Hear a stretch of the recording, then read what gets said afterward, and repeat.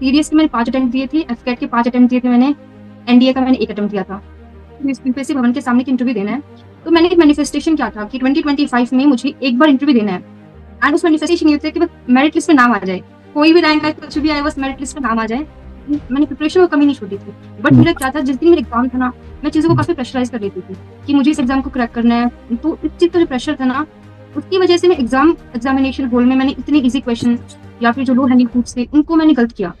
तो सर ये कभी थॉट में पहले ने आने नहीं दिया था, क्योंकि मेरे को कभी भी अगर थॉट आता था कि यार नहीं हो रहा है, तो हमेशा वो सपोर्ट करती थी कि नहीं तुम। सर मेरे पास फ़ोन ही नहीं था, मैंने 2 साल फ़ोन यूज़ ही नहीं किया था। मैथ्स टाइम पर स्टार्टिंग में तो काफ़ी कम स्कोर था मेरा, एंड वहाँ से मैं स्क्रीन आउट हो गई थी। तो फिर मैंने कहा कि नहीं, अब मैं कुछ प्रिपरेशन नहीं करने वाली, मैं कोई अटेम्प्ट नहीं दूंगी। आप मेरी वजह से आप लोग परेशान होते हैं। उनके बाद से मेरे को जो था कि यार मुझे अपनी फैमिली को जो प्राउड फील करवाना है। उस दिन के बाद फिर काफी अर्ली एज में शादी कर देते हैं उनकी, या फिर पढ़ाई को इतना सपोर्ट नहीं करते। तो उसके बाद सडनली मम्मी के पास कॉल आने स्टार्ट हो गए थे कि इसका सिलेक्शन हो चुका है असिस्टेंट कमांडेंट। तो मेरे को इतना विश्वास नहीं हुआ कि सच में मेरा ही सिलेक्शन हुआ है।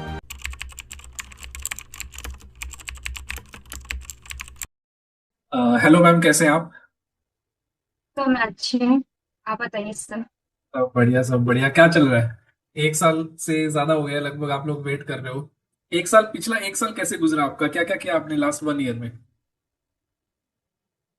सर लास्ट 1 ईयर में मैंने जो अभी हॉबीज थी, जो मैं पिछले प्रिपरेशन टाइम पर जिन पे काम नहीं कर पाई थी, तो बस उनको मैंने थोड़ा सा परस्यू किया। जिसमें मैंने कुछ पेंटिंग, डांसिंग एंड कुछ स्पोर्ट्स एक्टिविटीज को मैंने कुछ काम किया था वहाँ पर। सही है मैम। कैसा लग रहा है मतलब एक तो देखो, रिजल्ट के बाद का जो दिन था वो बड़ा सेलिब्रेशन वाला था। सारी चीजें बहुत अच्छी थी, बट उसके बाद जो ये टाइम बीता है, क्योंकि हर महीने आप लोग वेट कर रहे हो, हर दिन वेट कर रहे हो कि यार अब फोर्स अलोकेट होगी, अब ज्वाइनिंग के लिए कॉल आएगी।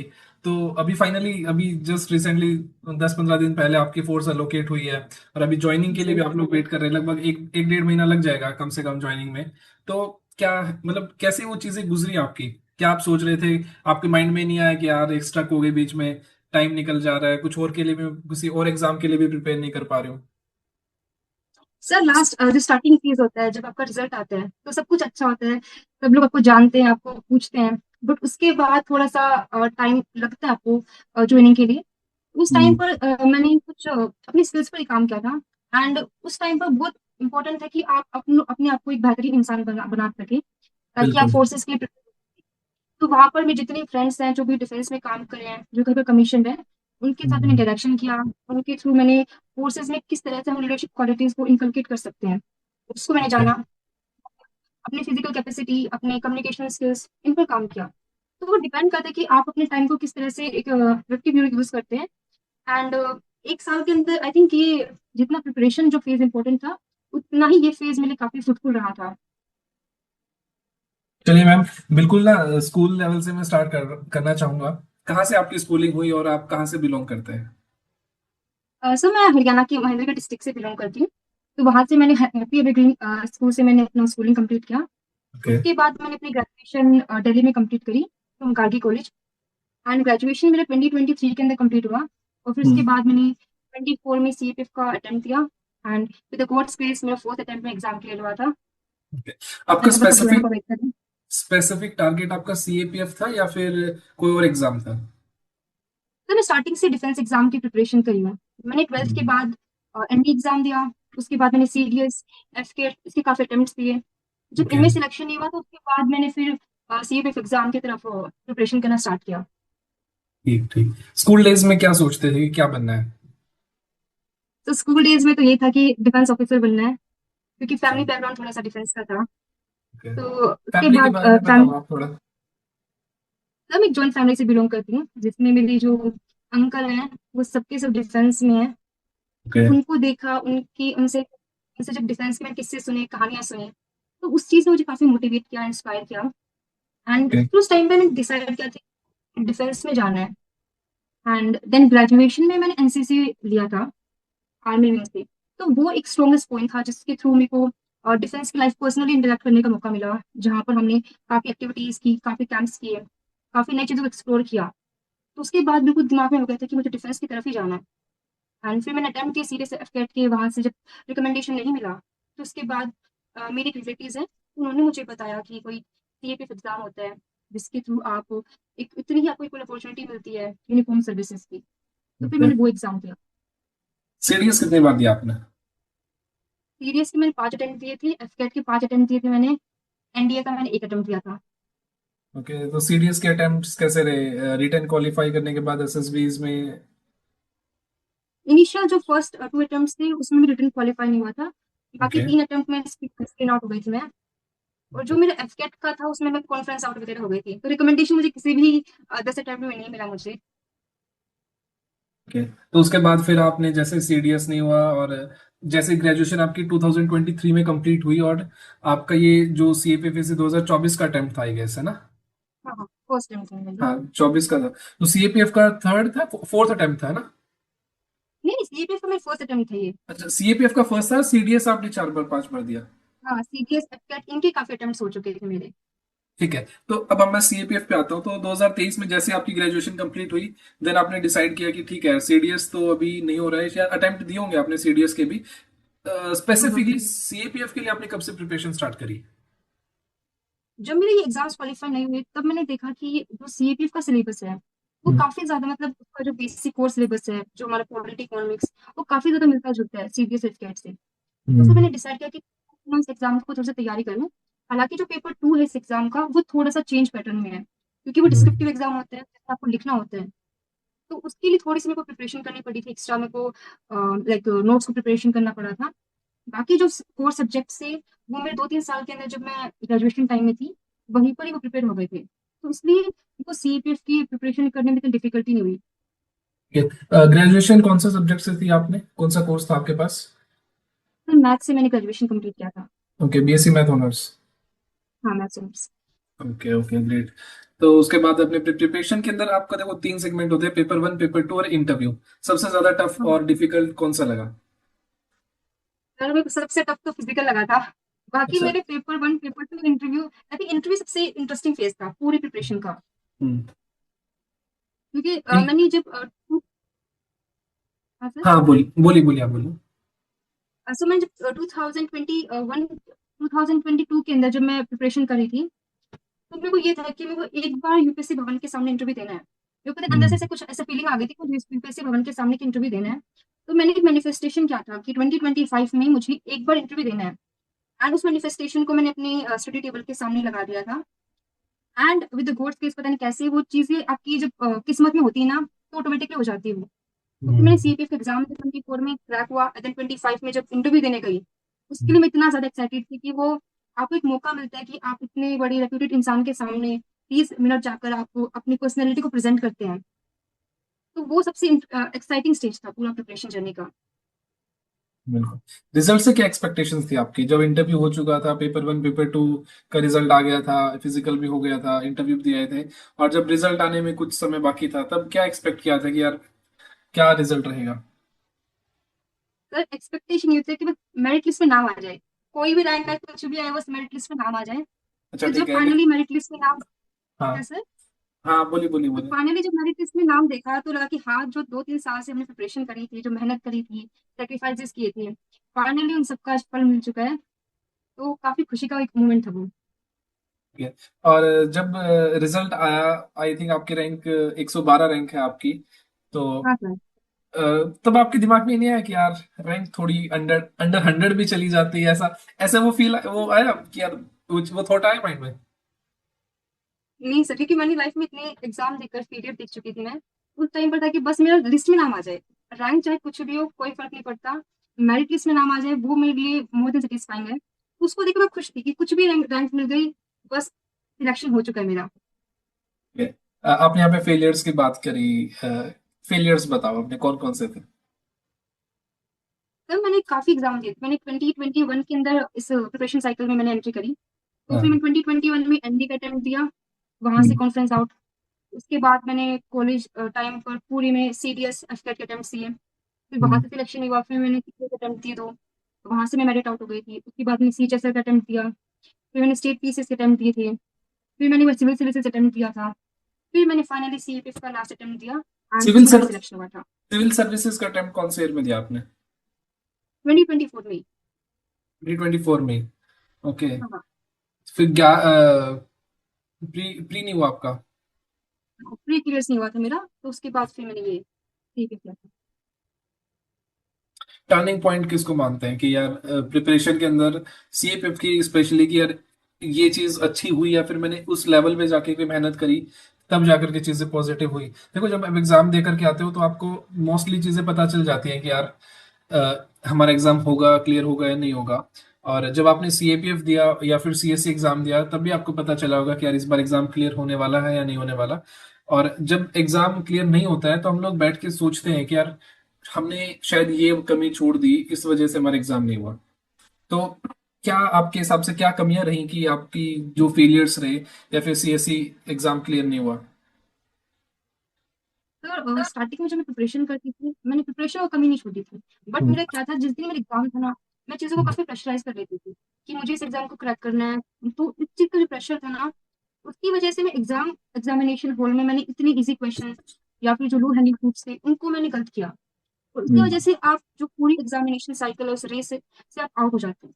सो सीएपीएफ में मैंने ये डिसाइड किया कि एग्जाम जिस टाइम पर जब एग्जाम चलेगा, हम्म। उस टाइम पर बिल्कुल शांत दिमाग के साथ, एकदम पेशेंस के साथ, बिल्कुल प्रेशर के बिना एग्जाम को करना है। एंड हम्म। जब आप इस मेंटेलिटी, इस थॉट के साथ जाते हैं एग्जामिनेशन हॉल में, तो ऑटोमेटिकली चीजें काफी सॉर्टेड हो जाती है। सिविल सर्विसेज में मैंने क्या किया था कि जिस दिन मेरा एग्जाम था, एग्जामिनेशन हॉल में जाने से पहले ही मैंने देखा कि काफी बच्चे आए हैं, किस तरह से मेरा एग्जाम होगा, क्या इसमें मैं क्रैक कर पाऊंगी कि नहीं कर पाऊंगी। तो ये जो प्रेशर था, ये मेरे लिए काफी ज्यादा बैकफायर किया। बट फिर सीएपीएफ में मैंने डिसाइड किया कि मैं पुरानी मिस्टेक्स को रिपीट ना करूँ वापस से। हम्म। ओके। रिजल्ट वाले दिन क्या हुआ? रिजल्ट वाला वो तो सबसे स्पेशल मोमेंट था पूरी लाइफ आप का। कहाँ थे? आप उस टाइम कहाँ थे? दिल्ली में थे या फिर घर पे थे अपने? मैं घर पर ही थी उस टाइम पर। ओके। अच्छा, उस प्रिपरेशन टाइम पर आपने मैं आपने अपनी प्रिपरेशन ऑनलाइन मोड में की है या फिर दिल्ली में रह के की है? मैंने सेल्फ स्टडी की थी यहाँ पर ऑनलाइन मोड के थ्रू, यूट्यूब से जनरली मैंने अपनी ठीक पूरी प्रिपरेशन करी थी। ठीक ठीक ठीक। अ, हाँ, तो आप रिजल्ट वाले दिन की बात बताइए, क्या रहा रिजल्ट वाले दिन? सर रिजल्ट वाले दिन तो उस टाइम पर मुझे पता नहीं था कि आज ही रिजल्ट आने वाला है, तो मैं आराम से मस्त खेल रही थी अपनी बहन भाइयों के साथ में। तो उसके बाद सडनली मम्मी के पास कॉल आने स्टार्ट हो गए थे कि इसका सिलेक्शन हो चुका है असिस्टेंट कमांडेंट। तो मेरे को इतना विश्वास नहीं हुआ कि सच में मेरा ही सिलेक्शन हुआ है। फिर मैंने मेरिट लिस्ट को ओपन किया, मेरे नाम को मैंने 10 बार चेक किया होगा, रोल नंबर को बार बार मैंने चेक किया। हम्म। एंड जब लगा कि हाँ फाइनली मेरा ही नाम है, उसके बाद मैंने सबको बताया। पहले मम्मी को पता चल गया आपके पता चलने से पहले? हाँ हाँ, मम्मी को पता चल गया था। ओके, देन मम्मी ने आपको क्या बोला, एंड और बाकी फैमिली मेंबर्स का क्या रिस्पॉन्स था? तो उस टाइम पर बस सभी का खुशी के आंसू थे कि हम्म। मेरे साथ साथ मेरी फैमिली ने भी काफी ज्यादा सेक्रीफाइसेस किए, उन्होंने बहुत सपोर्ट किया मुझे। तो जितना मेरा एफर्ट थी इस प्रिपरेशन में, उतने ही मेरी फैमिली के एफर्ट्स थे। तो आई थिंक मेरे से ज्यादा मेरी फैमिली खुश थी कि फाइनली हमारे घर का बच्चा सक्सेसफुल हो चुका है। जिस थिंकिंग के साथ पेरेंट्स अपने बच्चे को पढ़ाते हैं, उनको इतना अपब्रिंगिंग करते हैं, तो हम्म। फाइनली जो उनकी जो मेहनत है ना, वो सफल हो गई थी। तो उनकी खुशी देखकर फिर मैं खुश हो गई थी। ग्रेट। आपने कहा कि सेक्रीफाइसेस बहुत रहते हैं हमारी पूरी जर्नी के दौरान। तो कौन कौन से सेक्रीफाइसेस थे, मतलब कुछ आप स्पेसिफिकली बताना चाहेंगे तो? सेक्रीफाइसेस लाइक आपको पूरे दिन कम से कम 8 से 9 घंटे पढ़ना पड़ता है। तो हम्म। खुद की सेक्रीफाइसेस तो ये होते हैं कि आपको अपनी फ्रेंड्स सर्कल को सेक्रीफाइस करना पड़ता है। मैं हम्म। पूरे 1 साल में कहीं नहीं गई, किसी फ्रेंड से इंटरेक्शन नहीं हुआ था, सिर्फ फैमिली के साथ ही था मेरा। सुबह शाम हम्म। पढ़ाई करना, कहीं ना कहीं आपकी मेंटल हेल्थ, आपकी जो फिजिकल हेल्थ है, वो भी थोड़ी सी इफेक्ट होती है प्रिपरेशन में। इसके अलावा जो फैमिली की सेक्रीफाइसेस थी कि मेरी वजह से मेरी फैमिली किसी ट्रिप पर नहीं जा पा रही या फिर कोई फंक्शन अटेंड नहीं कर पा रही। तो ये हम्म। एक जॉइंट एफर्ट होता है जहाँ पर हम एक दूसरे को सपोर्ट करते हैं। बिल्कुल। आप लोग कितने बहन भाई हैं? हम 3 बहन भाई हैं, बट वैसे हमारी जॉइंट फैमिली है पूरी। ओके। बाकी लोग क्या कर रहे हैं बाकी के? आप बड़े हैं सबसे? बहन भाई, हाँ मैं सबसे बड़ी हूँ। ओके, तो वो भी स्कूल में होंगे या कॉलेज में? नहीं, ग्रेजुएशन सबने कर लिया है। ओके, तो आपसे काफी इंस्पायर्ड होंगे अभी। हाँ वो प्रिपरेशन करी, मेरे भाई का भी कल एग्जाम था एफकेट का, तो उसको मैं ओके दिलाने के लिए दिल्ली गई थी। Okay okay. मैम, प्रिपरेशन के दौरान टर्निंग पॉइंट किसको बताएंगे? सर प्रिपरेशन के टाइम पर आई थिंक जो इंटरव्यू था ना, वो मेरा टर्निंग पॉइंट था। क्योंकि जो इंटरव्यू का टाइम, फिजिकल से इंटरव्यू का जो टाइम था, जैसे 2-3 महीने मिलते हैं, हम्म। उस टाइम पर आप बैठ कर अपने आप को एनालाइज करते हैं, आप खुद के साथ जितना हो सके उतना टाइम स्पेंड करते हैं, तो आपको पता हम्म। चलता है कि आपके अंदर क्या क्या अच्छी चीजें हैं, आप अपने आप को बेहतरीन रूप में जानते हैं। इसके अलावा तो इंटरव्यू टाइम पर मैंने अपने फ्रेंड्स, फैमिली लोगों से काफी इंटरेक्शन किया, उनके पर्सपेक्टिव जानने कि वो मेरे बारे में क्या सोचते हैं। तो वहां से हमें काफी चीजें जानने को मिलती है, समझने को मिलती है। तो I think interview is the most important stage for me, जहाँ पर मेरी कम्युनिकेशन स्किल इंप्रूव हुई, जहाँ पर मैंने करंट अफेयर्स पे काम किया तो वहाँ से मेरी नॉलेज इंप्रूव हुई। मैंने काफी बुक्स पढ़ी तो वहाँ से आपको काफी चीजों के बारे में जानने को मिला। और प्लस में इंटरव्यू काफी रिलैक्सिंग स्टेज था, आपको कोई प्रेशर नहीं था कुछ ऐसा, मतलब काफी रिलैक्स माइंडसेट के साथ प्रिपरेशन करते बोर्ड हैं। था आपका? क्या? बीवी स्पेंसर का बोर्ड था। पूरे दिन का आपका शेड्यूल क्या रहता था ड्यूरिंग प्रिपरेशन, कि आप जैसे 24 घंटे थे तो कैसे डिस्ट्रीब्यूटेड रहते थे? तो मैं 2-2 घंटे की सेशन करती थी कि सुबह 2 घंटे पढ़ाई की, फिर 1-2 घंटे का ब्रेक लिया, फिर 2 घंटे की पढ़ाई करी, तो इस तरह से पूरा सेशन मेरा डिवाइडेड था, जिसमें आपको ओके। कुछ टाइम भी मिल जाती है कि आप फैमिली से स्पेंड कर सकते हैं, आप थोड़ा सा बाहर घूम के आ सकते हैं, आप थोड़ा सा मेडिटेशन कर सकते हैं। तो मैंने दोनों चीजों को साथ में लेकर काम किया है। बहुत बार ना हमारी जर्नी के अंदर हमें ऐसा फील होता है कि यार छोड़ो ना, क्यों करना, क्यों नहीं हो रहा है। तो बैक टू ट्रैक कैसे आते थे आप? पर ये कभी थॉट में फैमिली ने आने नहीं दिया था, क्योंकि मेरे को कभी भी अगर थॉट आता था कि यार नहीं हो रहा है, तो हमेशा वो सपोर्ट करती थी कि नहीं तुम स्कूल टाइम पे अच्छी थी, तुमने बहुत मेहनत करी है, तो क्विट करने का ऑप्शन ही नहीं है, क्योंकि अगर आप प्रिपरेशन को क्विट कर देते हैं तो वो कुछ सक्सेस मिलेगी नहीं। बट एटलीस्ट अगर आप डेली मेहनत करें, धीमी आंच पे मेहनत करें, तो एक समय आएगा जब आपको आपकी मेहनत का फल मिलेगा। तो बिल्कुल। उनका जो माइंडसेट था मेरे प्रति, तो उसकी वजह से मैंने अपनी प्रिपरेशन को, अपनी मेहनत को कंटिन्यू रखा, क्योंकि कहीं ना कहीं अगर आप पूरे मन से पूरी ईमानदारी के साथ मेहनत करते हैं तो आपको मेहनत का फल जरूर मिलता है, देर सवेर मिल जाएगा आपको। प्रिपरेशन के दौरान आप स्मार्टफोन मतलब इंस्टाग्राम एंड ऑल यूज कर रहे थे आप? तो मेरे पास फोन ही नहीं था, मैंने 2 साल फोन यूज ही नहीं किया था।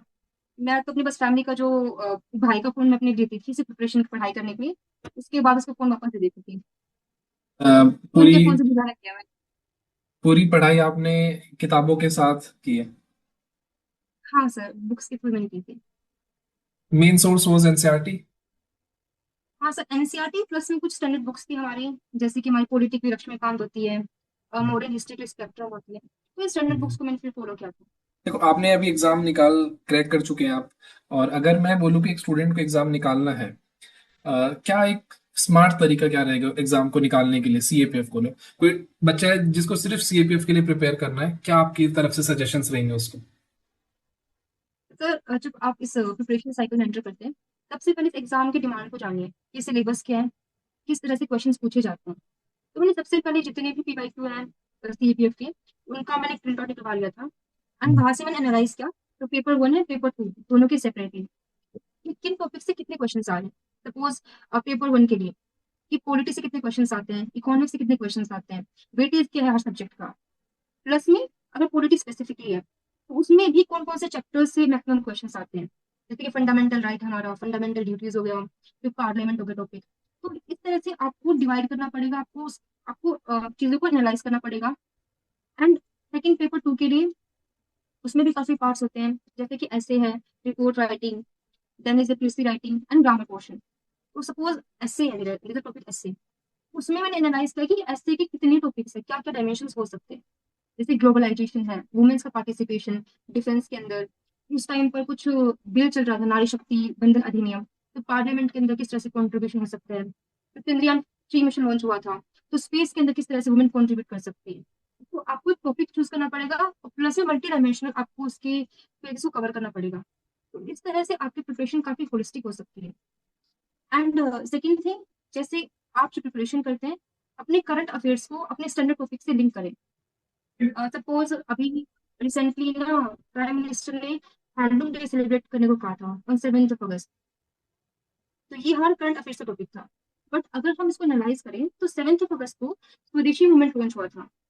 तो हम अपने करंट अफेयर्स को हमारे स्टैंडर्ड टॉपिक से लिंक करके हम एनालाइज कर सकते हैं कि हमारे एग्जाम जो हमारा जिस दिन एग्जाम है उसमें कैसे क्वेश्चन आएंगे। तो इस तरह से आपको अपनी प्रिपरेशन को बहुत एक स्मार्ट स्ट्रेटेजी के साथ प्रिपेयर करना पड़ता है। बिल्कुल। Role of PYQs?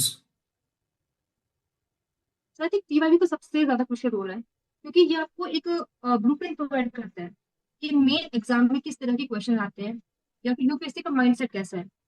तो मैंने पीवाईक्यू को सबसे हैंडी नोट्स बना के रखे थे कि कुछ भी पीवाईक्यू का टॉपिक है उससे कितने डायमेंशन हो सकते हैं, क्या क्या यूपीएससी के पॉसिबल क्वेश्चन हो सकते हैं।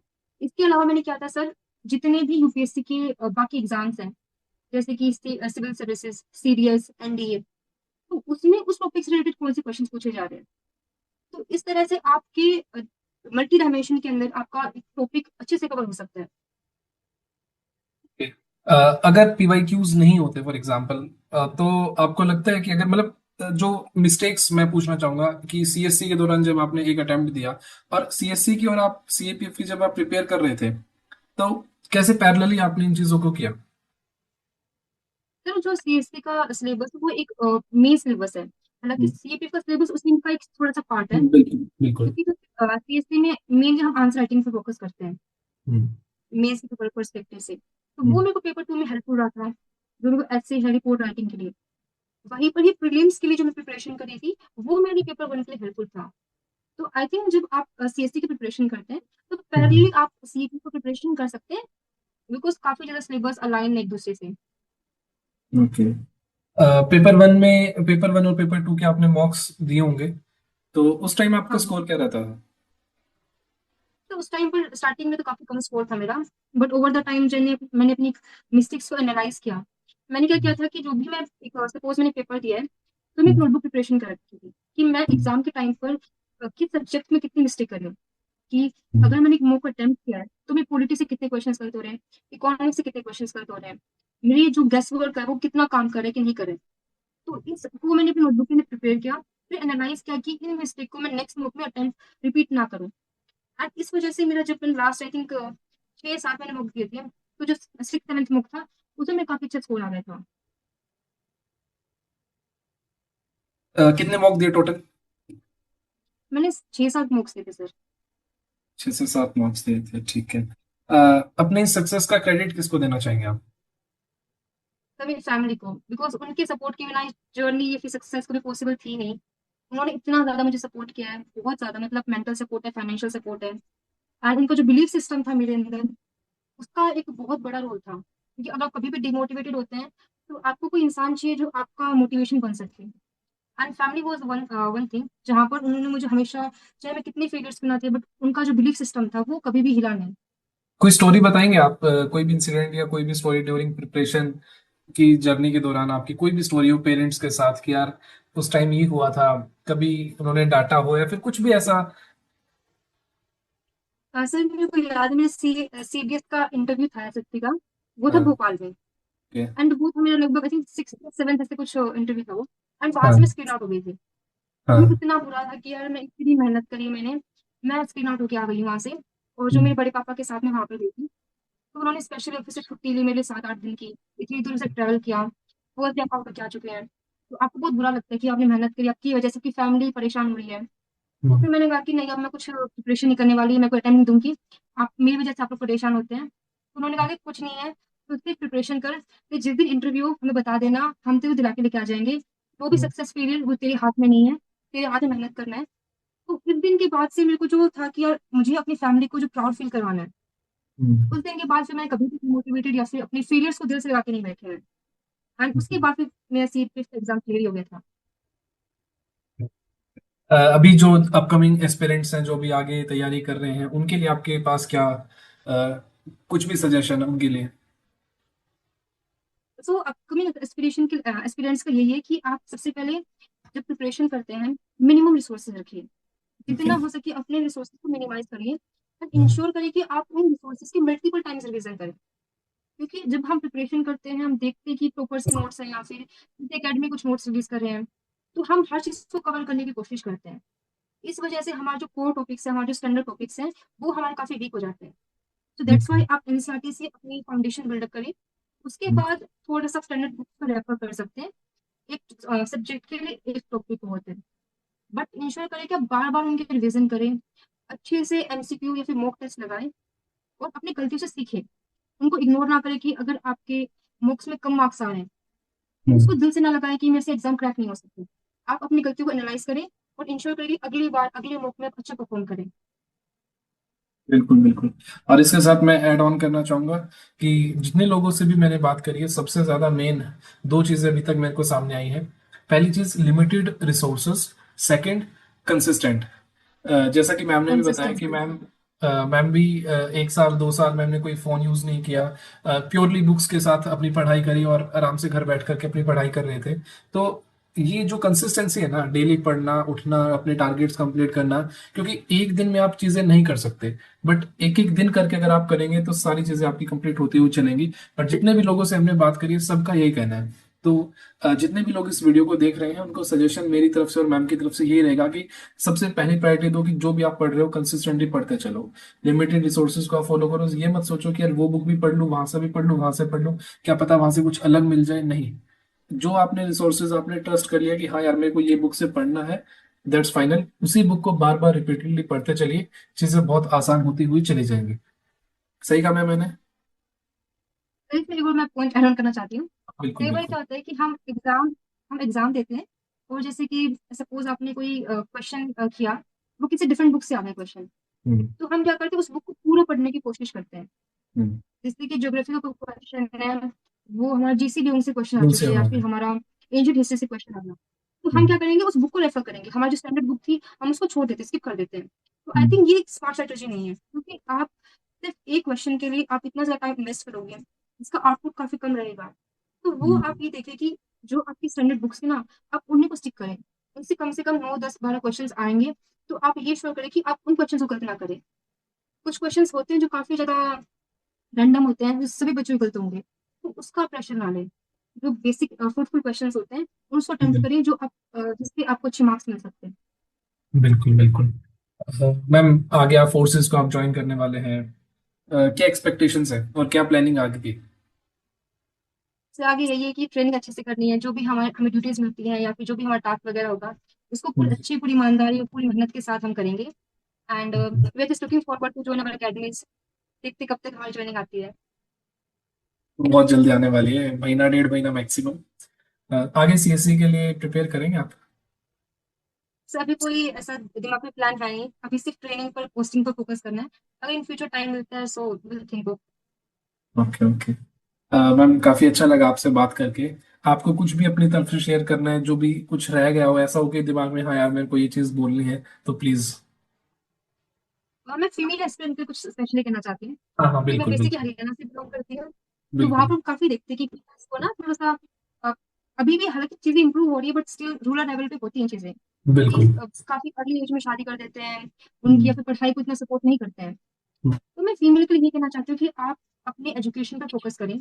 आपका जो भी करियर है, जो भी आपके प्लान्स हैं, उस पर अच्छे से काम करें। तो अपने बिल्कुल। करियर को बिल्डअप करें। फाइनेंशियली इंडिपेंडेंट होना बहुत जरूरी है, कि हम्म। जब आप फाइनेंशियल इंडिपेंडेंट हैं, आप खुद के लिए आवाज उठा सकते हैं, आप दूसरों को इंस्पिरेशन बन सकते हैं, मोटिवेट कर सकते हैं, एंड आप अपने पेरेंट्स को प्राउड फील करवा सकते हैं। तो मैं पेरेंट्स से कहना चाहूंगी, अपनी लड़कियों को, अपनी बेटियों को हमेशा सपोर्ट करें पढ़ाई के लिए, बिल्कुल बिकॉज आज के टाइम पर फाइनेंशियल इंडिपेंडेंट होना, पहचान बनाना बहुत जरूरी है। बिल्कुल। बिल्कुल मैम, बिल्कुल सही कहा आपने। ये चीज हमें काफी देखने को मिलती है कि खासकर कि सीएपीएफ के अंदर, और अभी तो एनडीए में भी गर्ल्स की एंट्री हो गई है, पहले सिर्फ बॉयज के हाँ, लिए था एनडीए। तो ये बहुत अच्छी बात है। और सीएपीएफ एग्जाम को भी अगर मैं देखते हुए चलूँ तो हर साल मतलब बॉयज की परसेंटेज ज्यादा है गर्ल्स से, तो लेकिन धीरे धीरे वो इंक्रीज हो रही है, हमें दिख रहा है कि लड़कियां भी बहुत आगे आ रही हैं। तो बिल्कुल फीमेल्स को भी इस चीज में आगे आकर के काम करना चाहिए। मेन फोकस है, देखो ये कोई कंपल्शन नहीं कि आपको कोई एग्जाम निकालना है फिर आपको चीजें करनी है, वो सब आपकी मेहनत और टाइम और लक पे डिपेंड करता है। बट आप अपनी एजुकेशन कंप्लीट करिए, उस सराउंडिंग उस एनवायरनमेंट में आप जिए जहां पर आप कोई कॉन्फिडेंस फील करें, और साथ में जैसा कि मैम ने कहा कि इंडिपेंडेंट आप हो सके। फाइनेंशियली डिपेंडेंसी सबसे बड़ी समस्या रही है हरियाणा में, खास करके फीमेल्स के लिए। अर्ली शादी जल्दी से फटाफट, जैसे उनकी मोस्टली गर्ल्स की ग्रेजुएशन में शादी कर दी जाती है, और ये चीज आज भी होती है। वो कुछ छोटे से शहर में नहीं हो, लेकिन वो गांव में आज भी, अगर गांव में अगर 100 घर हैं तो 20 घर में वो चीज आज भी आपको देखने को मिल जाएगी। इनफैक्ट 20 से ज्यादा घर में आपको देखने को मिल जाएगी कि गर्ल्स की जल्दी शादी कर दी जाती है। तो उन सब के लिए जो मैम ने बिल्कुल सही मैसेज दिया कि आप लोग अपने आप को अपने आप अपना स्टैंड लीजिए, चीजों को अच्छे से परस्यू करिए और अपने एजुकेशन को प्रॉपरली कंप्लीट करिए। Thank you so much ma'am, काफी अच्छा लगा आपसे बात करके।